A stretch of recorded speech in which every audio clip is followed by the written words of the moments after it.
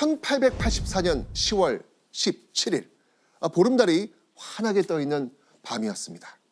조선의 수도 한성의 한 건물에 수많은 사람들이 모여 있었죠. 자, 그들이 모인 곳이 어디였냐면요, 바로 이곳입니다. 이건 아마 보셨던 건물일 겁니다. 이게 어디냐면, 자, 지금으로 치면 종로 안국역 근처에 있는 어떤 기관의 건물인데요. 자, 대체 어떤 기관이었을까요? 아, 네, 저 본 적 있는 거. 본 적 있어요? 안국역 쪽에서. 네. 혹시 어떤 건물인지 아세요? 자, 바로 이게 어떤 건물이냐면요, 우정총국입니다. 우정총국. 우정총국은 지금으로 치면 어떤 기관일 것 같아요? 우정총국. 우정총국 약간 맞아요, 맞습니다. 예, 우체국입니다. 우체국. 당시 근대화를 추진하던 고종이 우리나라 최초로 우편을 담당할 근대적 기관을 세웠는데요. 그게 바로 우정총국입니다. 자, 그리고 이날은요, 근대적 우편기관 우정총국이 생긴 걸 축하하는 그런 연회가 열리는 날이었습니다. 당시 이 우정국의 총책임자였던 홍영식을 중심으로 해서 김옥균, 민영익 등 이 조선 조정의 고위 관료들이 다수 참석했습니다.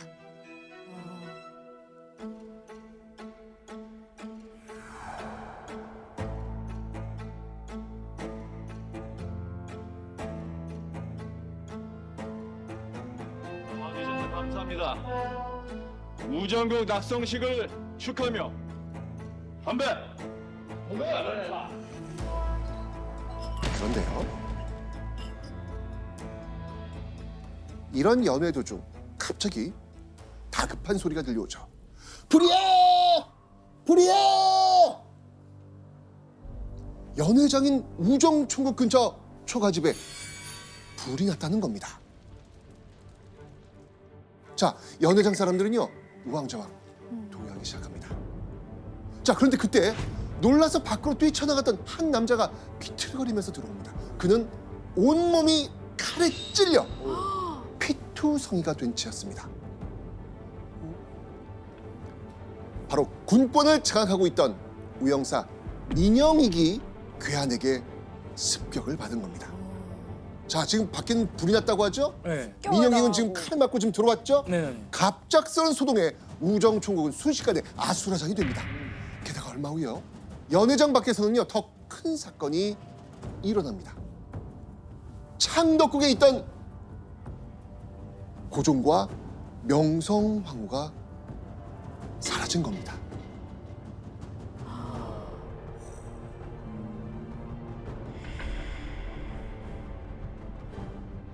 자, 대체 이게 무슨 일일까요? 자, 여기서 짚어보는 별점 체크 포인트, 바로 갑신정변. 1884년 10월 17일 정권을 바꾸기 위한 쿠데타가 일어난 겁니다. 그런데요, 대체 이 쿠데타를 일으킨 인물은 누구였을까? 아, 아까 나온 김옥균. 김옥균. 네. 갑신정변을 계획한 5명의 주요 인물들이 있습니다. 누군지 한번 만나보시죠. 네, 이 사람들. 김옥균, 홍영식, 서광범, 박영효, 서재필.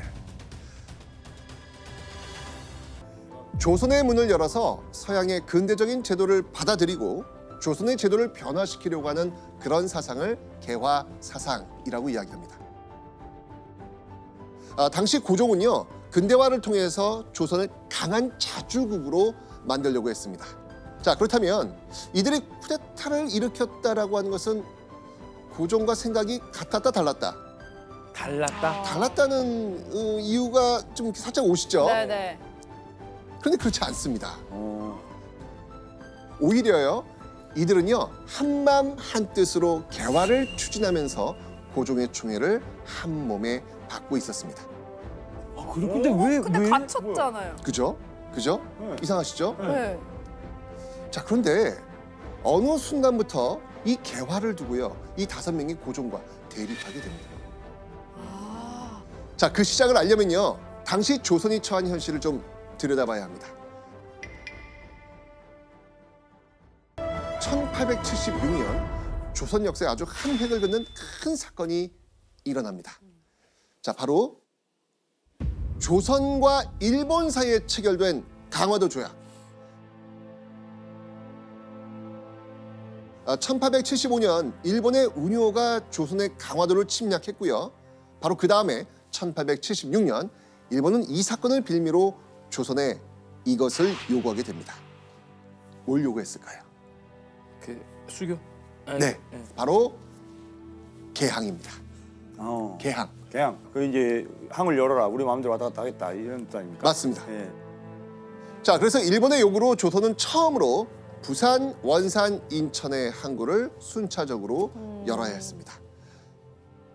결국 강화도 조약 이후에 조선의 개항을 지켜본 미국, 영국, 러시아 등 세계 열강들 역시 자기들도 통상 원한다라고 하면서 조선한테 통상 수교를 요구했고 조선은 차례차례 문을 열 수밖에 없었습니다.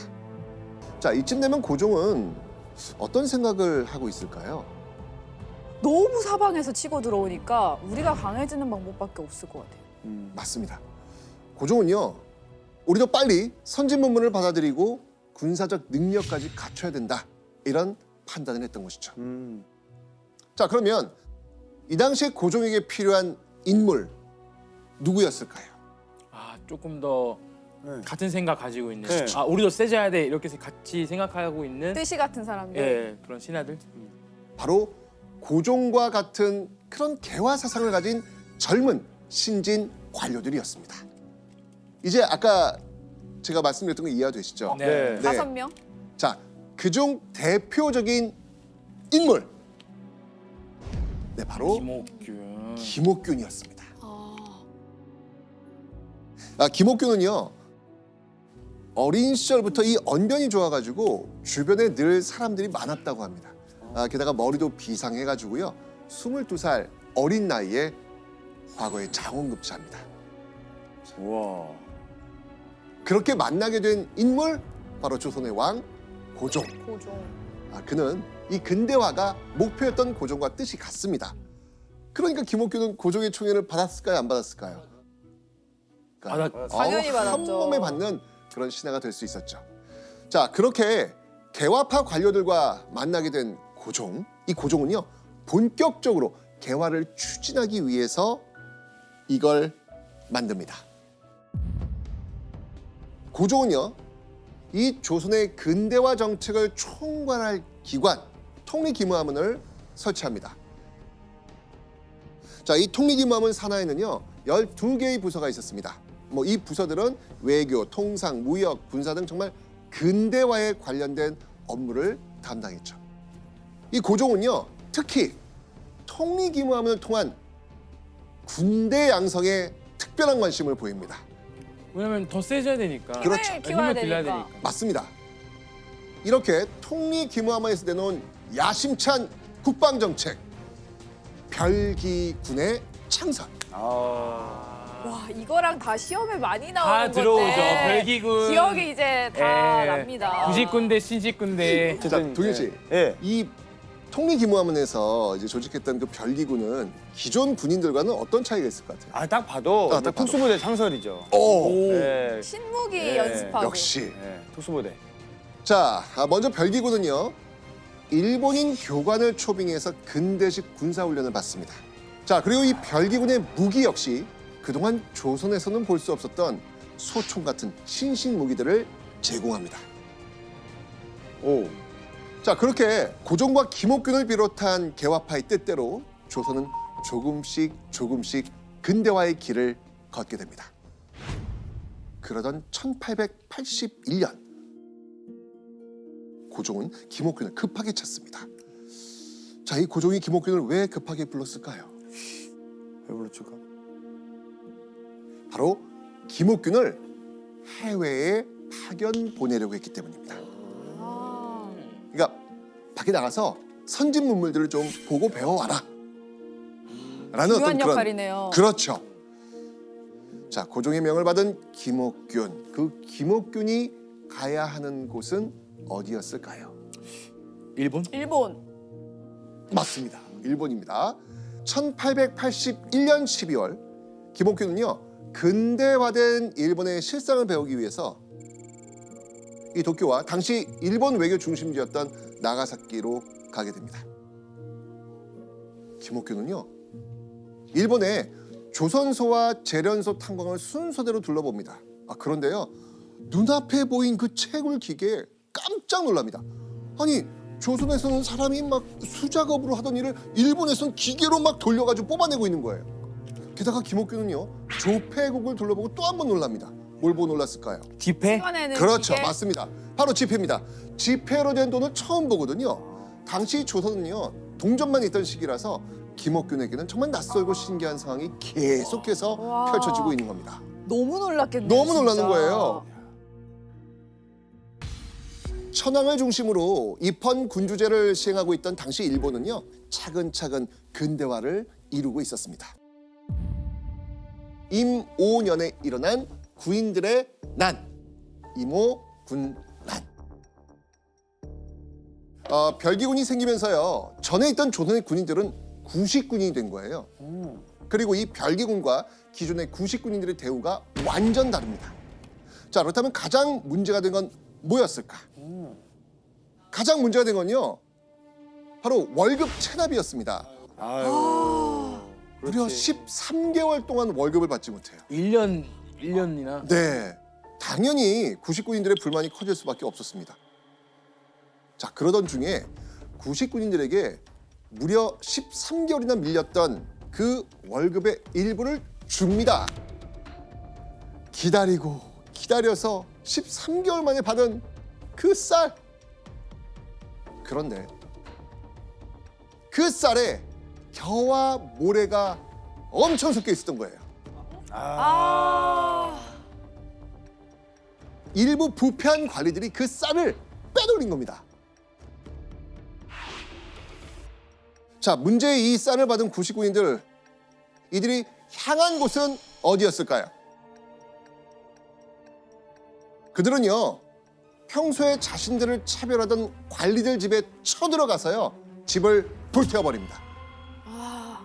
게다가 별기군을 훈련시켰던 그 일본 교관을 찾아서 죽이기까지 합니다. 아이고 이건 좀 잘못됐는데. 일본에서 난리 나겠네. 이후에는요 일본 공사관도 불태워버립니다. 우와. 당시 구식군인들은 일본과의 근대화 정책이 큰 불만이었기 때문이죠. 분노한 군인들의 거침없는 행보로 조선 전체는 발칵 뒤집혀집니다. 이거는 자, 이런 상황에서 성난 구식군인들과 백성들은 거침이 없었습니다. 자, 그리고 그들 다음 행보로 향합니다. 어디로 갔을까요?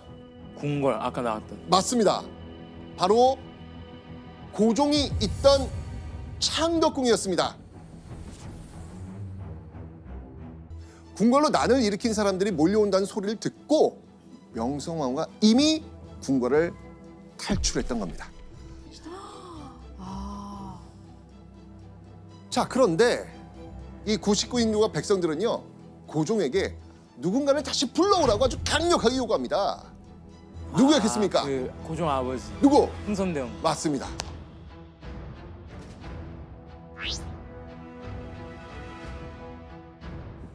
이들은 고종의 개화 정책을 버리기를 원했던 것이죠.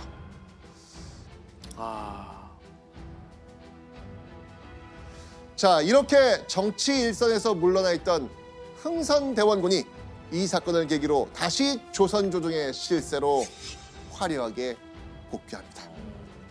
자, 그런데 다시 돌아온 흥선대원군은요 고종과는 정반대의 정책을 펼칩니다. 지금 이 임오군란의 그 문제가 된 게 뭐였습니까? 별기군. 별기군 바로 폐지. 와 바로. 네. 그리고 통리기마문 폐지. 우와. 흥선대원군은요 이참에 고종의 개화 정책 완전히 갈아엎고 통상수교 거부 정책으로 다시 돌아가기를 원했던 것이죠. 자, 이걸 지켜본 고종과 김옥균 당연히 절대 반대였겠죠.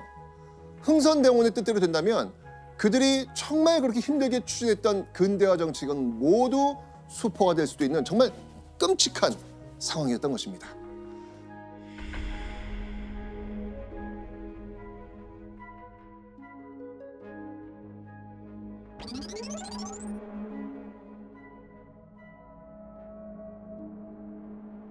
자, 이 흥선대원의 행동을 가만히 지켜보고만 있을 수 없었던 고종.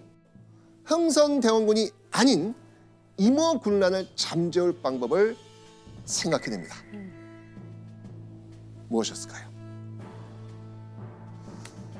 자, 이 고종과 그 민씨 세력들은요, 당시 조선이 사대하고 있었던 청나라의 군대를 요청합니다.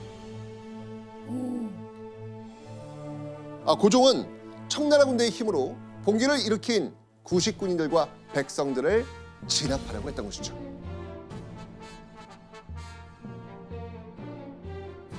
자, 그런데 그 이후 고종도 생각하지 못한 놀라운 일이 벌어집니다. 청나라가 엄청난 일을 저지른 겁니다. 엄청나네. 자, 여기서 문제. 네. 이제 이때 청나라가 저지른 만행은 무엇이었을까요? 자, 이런 공포 분위기 속에서 청나라 군대는 창덕궁을 수비하던 조선의 구식 군인들을 몰아냅니다. 그리고 도망갔던 명성황후도요, 2달 만에 겨우 다시 궁궐로 돌아올 수 있었습니다. 자, 그런데요, 임오군란 후에도요, 이 청나라군 3,000명은 돌아갈 기미를 보이지 않습니다. 주둔을 해버렸죠. 그렇죠. 발목이 지금 잡혀버리는 그런 상황이 돼버린 겁니다. 자, 그렇다면 조선에 돌아와 임오군란의 이 모든 사태를 지켜본 우리의 주인공 누구? 김옥균. 김옥균은 과연 어떤 생각이 들었을까요? 근데 너무 초조한데요, 그러면 진짜. 근데 지금 청나라도 이제 보내야 되는 상황인 거잖아요. 그렇죠. 너무 착잡했겠죠? 네. 병자호란 때부터 사대하던 청나라가 결국 군대까지 주둔시키면서 철수하지 않고 내정 간섭하는 모습. 김옥균은 청나라에 대한 거부감이 차오를 수밖에 없습니다. 그런데 이때 김옥균에게 또 하나의 충격적인 소식이 들려옵니다. 바로 청나라에 이어서 일본마저도 조선에 일본군을 주둔시키겠다는 겁니다. 일본에게도요, 군대를 주둔시킬 명분이 있었습니다. 임오군란 때 화가 났던 군인들이 아까 어디를 불태웠다고요? 맞아. 일본 공사관. 그리고 누굴 죽였다고요? 일본 교관. 교관. 그렇죠. 사실 일본은 이미 피해 보상을 요구합니다. 일본은요, 자신들이 입은 물질적 피해를 금전적으로 보상하고 일본인을 죽인 조선 사람을 처벌하겠다는 내용들을 담은 제물포 조약이라는 것을 체결합니다.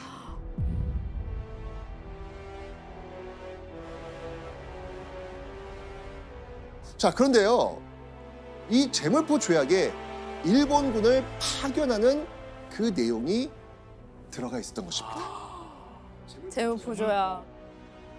그러니까 일본은요, 자국민 보호하겠다, 이 명분을 내걸고 일본 군대를 파병했던 것이죠.